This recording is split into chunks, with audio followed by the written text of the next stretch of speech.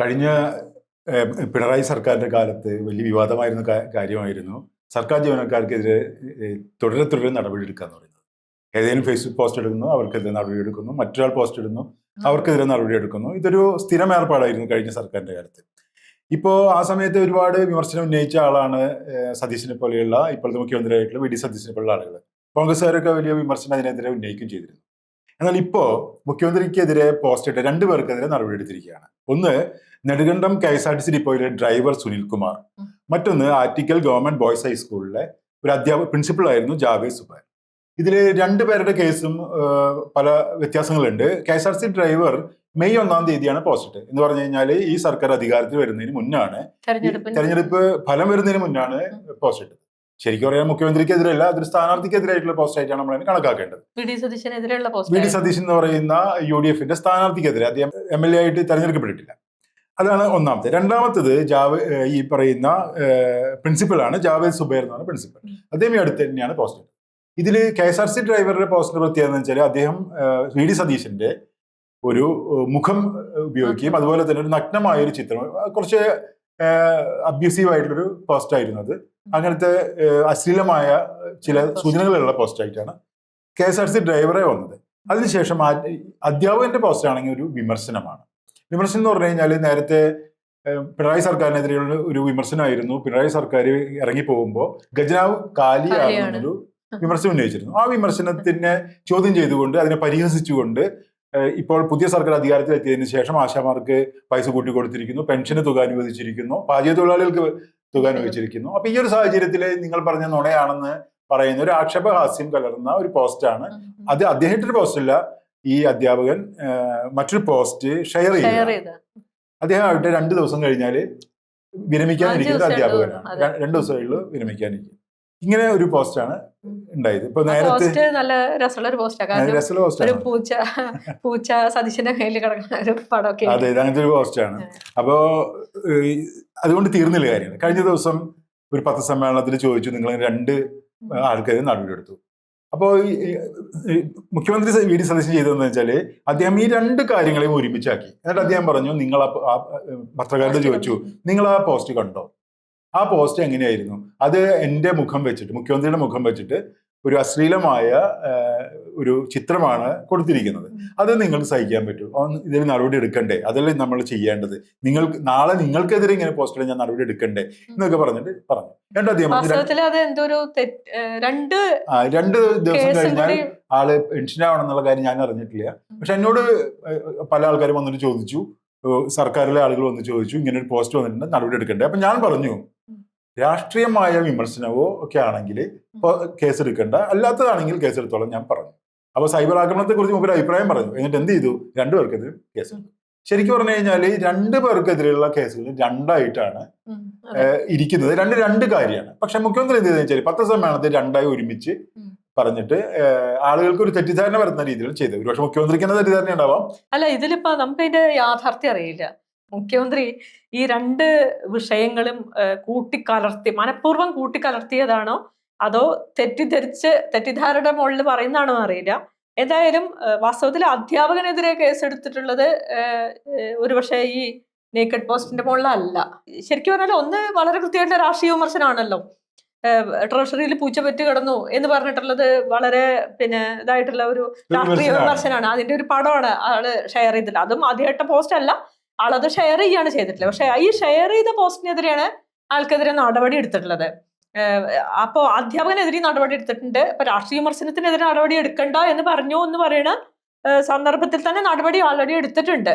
അദ്ദേഹത്തിനെതിരെയാണ് നടപടി എടുത്തിട്ടുള്ളത്. അതൊരു ഒട്ടും ശരിയായിട്ടുള്ള ഒരു കാര്യമല്ല. മാത്രമല്ല, റിട്ടയർമെന്റ് കാത്തിരിക്കുന്ന ഒരാൾ എന്ന് പറയുന്നത് അദ്ദേഹത്തിന്റെ ഒരുപക്ഷെ പെൻഷന് ഒരുപാട് പ്രതിസന്ധികൾ, അദ്ദേഹത്തിന്റെ നീണ്ട കാലത്തെ ഔദ്യോഗിക ജീവിതത്തിന്റെ ഒക്കെ പ്രതിഫലം എന്ന് പറയുന്നത് ഒരുപക്ഷെ സർക്കാരിന്റെ വേട്ടയാടൽ എന്നുള്ള നിലയിലേക്ക് അത് മാറ്റപ്പെടുകയാണ്. ആ നടപടി ഒട്ടും ശരിയായിട്ടുള്ള ഒരു നടപടി അല്ല. രാഷ്ട്രീയ വിമർശനത്തിനെതിരായിട്ടുള്ള ഒരു നടപടി ശരിയില്ല. തിരുത്താണ് വേണ്ടത്. മറ്റേത് ഒരു പക്ഷേ ഇത്തിരി മോശമായിട്ടുള്ള ഒരു പോസ്റ്റ് തന്നെയാണ്.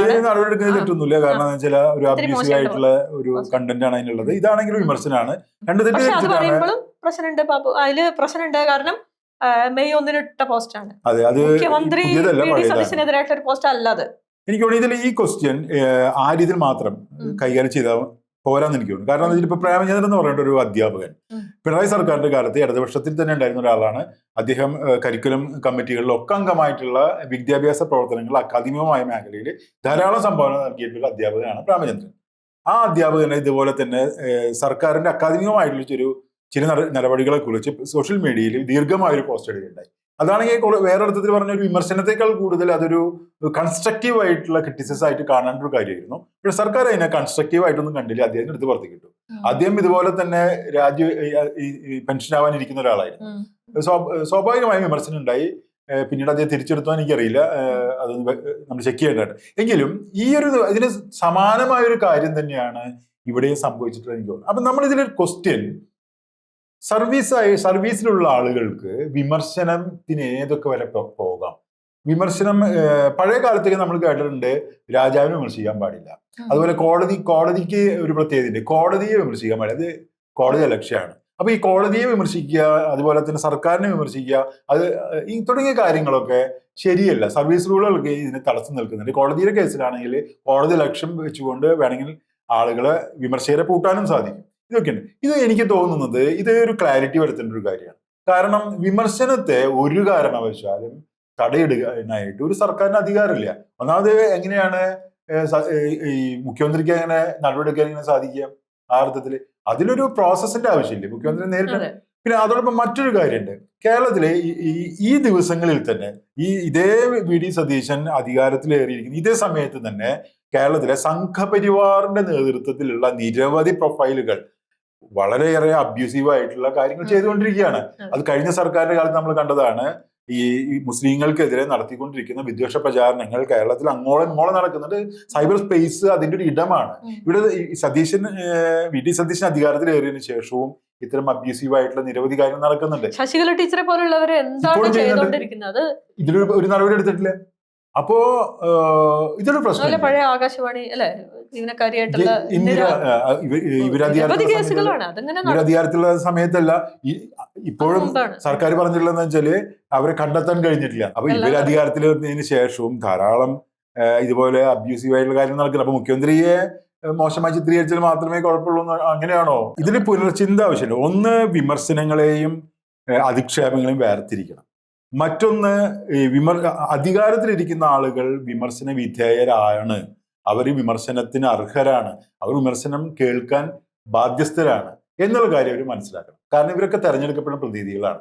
തെരഞ്ഞെടുക്കപ്പെടുന്ന പ്രതിനിധികൾ എന്നുള്ള രീതിയിൽ അവർക്ക് സ്വാഭാവികമായും ജനങ്ങളുടെ സ്ക്രൂട്ടിനി ചെയ്യപ്പെടും. അത് സർക്കാർ ഉദ്യോഗസ്ഥർക്ക് അതിനൊരു തീർച്ചയായും ഒരു പരിധിയൊക്കെ ഉണ്ടായിരിക്കുമ്പോഴും അത് വിമർശനാതീതരല്ല ഇവരാരും. കാരണം ഇവരും വിമർശനം ഉന്നയിക്കുന്ന ആളുകളല്ലേ അധികാരത്തിലിരിക്കുന്ന. അപ്പൊ ആരും വിമർശനാതീതരല്ല. വിമർശനങ്ങൾക്ക് പരിധിയൊക്കെ ഉണ്ടായിരിക്കാം, പക്ഷേ ആ പരിധി വിട്ടിട്ട് അത് അബ്യൂസീവായി പോവുകയാണെങ്കിൽ നടപടിയെടുക്കാം. പക്ഷെ അതിനപ്പുറത്തേക്ക് വിമർശനങ്ങളെ തടയിടുന്നത്, കൺസ്ട്രക്റ്റീവായ വിമർശനങ്ങളെ തടയിടുന്നതൊക്കെ ജനാധിപത്യപരമായി നോക്കുകയാണെങ്കിൽ, മോറലായി നോക്കുകയാണെങ്കിൽ, നിയമപരമായി പോലും തെറ്റാണെന്ന് എനിക്ക് തോന്നുന്നു. നിരന്തരം സർക്കാർ ജീവനക്കാർക്കെതിരെ ചെയ്യുമ്പോൾ, പ്രത്യേകിച്ച് ഇപ്പോൾ ഈ അധ്യാപകൻ പറഞ്ഞു, അദ്ദേഹം റിട്ടയർ ചെയ്യാൻ പോകുന്ന സമയമാണ്. അപ്പൊ ശരിക്കും പറഞ്ഞാൽ റിട്ടയർ ചെയ്യുന്നത് ആ ഒരു വർഷത്തിനിടയിൽ എന്തെങ്കിലും പിന്നെ ബ്ലാക്ക് മാർക്ക് അവരുടെ റെക്കോർഡിൽ വരുന്നതോട് കൂടിയിട്ട് അവർ വലിയ ബുദ്ധിമുട്ടുകളാണ് നേരിടുന്നത്. കാരണം അവരുടെ ദീർഘകാലത്തെ സേവനത്തിന്റെ ഭാഗമായിട്ട് അവരുടെ പെൻഷൻ, അവരുടെ എല്ലാം വലിയ ബുദ്ധിമുട്ടുകൾ അവർ നേരിടും. എനിക്കിപ്പോഴും ഇത് പറയുമ്പോൾ ഇങ്ങനെ ഒരു ഓർമ്മ വരികയാണ്. പിന്നെ ജാനമ്മ ടീച്ചറുടെ സർക്കാരിന്റെ സർവീസിന്റെ അവസാന കാലത്ത് അവര് ഒരു കേസായിട്ട് വന്ന് ഒരുപാട് കഷ്ടപ്പാടുകൾ അവർ സഹിച്ചു എന്ന് എനിക്ക് പറയണ്ടായി.